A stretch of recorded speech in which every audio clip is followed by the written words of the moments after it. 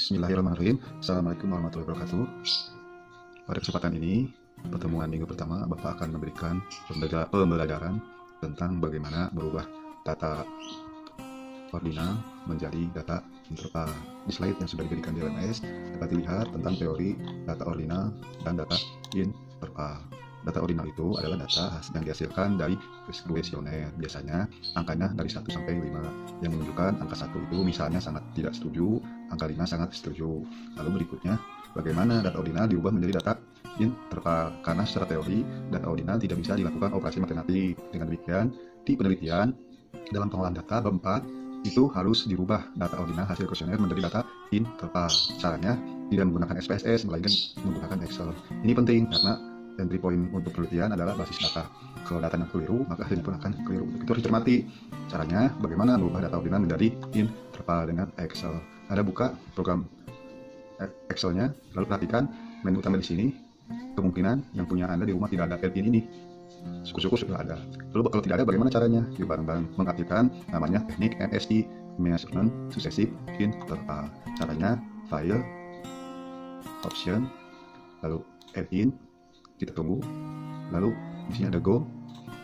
Nah, yang Bapak di sini sudah ada successive interval. Yang di rumah punya Anda belum ada. Bagaimana supaya menjadi ada? Caranya cari file successive interval di folder komputer Anda yang sebelumnya di-download dari pengumuman LMS dari mata kuliah Bapak pertama upload.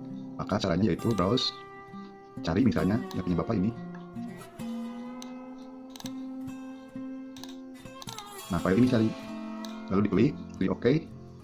Nah, kebetulan Bapak sudah ada, mungkin tidak akan bisa ada duplikasi, tidak akan bisa lanjut. Yang punya Anda silakan aja OK, dan berikutnya lanjutkan OK sampai selesai. Yang punya Bapak sudah ada, begitu di sini di cancel.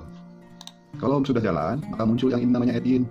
Pak, bagaimana yang punya saya tidak juga muncul add-innya? Caranya harus keluar dulu file program Excel-nya, baru dimunculkan lagi. Insya Allah kalau yang kedua akan muncul add-in. Kalau sudah add-in, bagaimana mengoperasikannya? Nah, ini substansi dari pertemuan hari ini, yaitu bagaimana merubah data ordinal menjadi interval. Data ordinal, respondennya ada A sampai C, variabel pertanyaannya X1 sampai X5, ini hasil rekapitulasinya. Ini dalam bentuk ordinal. Lalu bagaimana bentuk interval? Dengan mudah, caranya yaitu klik add-in, klik analisis, klik successive interval. Berikutnya muncul kotak dialog seperti ini yang diisi hanya data range, lalu min max value, lalu output cell output ini. Caranya bagaimana memulainya? Klik combo yang ini, data range, yang menunjukkan kolom mana yang akan diubah.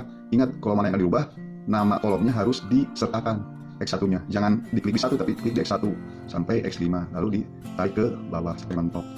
Lalu habis itu di enter. Berikutnya optionnya, karena kita data ordinalnya 1 sampai 5, 1 menunjukkan sangat tidak setuju, 5 menunjukkan sangat setuju, maka yang paling besar adalah angka 5 yang sangat setuju. Ingat, jangan sampai lupa ini 9-nya dirubah menjadi 5. Lalu berikutnya, mau disimpan di mana? Caranya klik ini, cell output ini, klik. Nah, Anda mau menyimpan di mana? Misalnya pekerjaan Anda, data intervalnya akan disimpan di sini misalnya.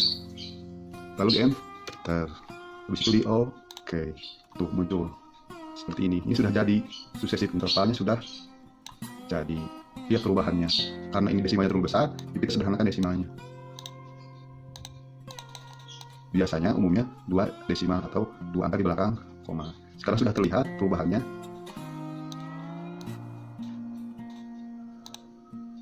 Nah, bagaimana cara membacanya? Misalnya yang X1 ini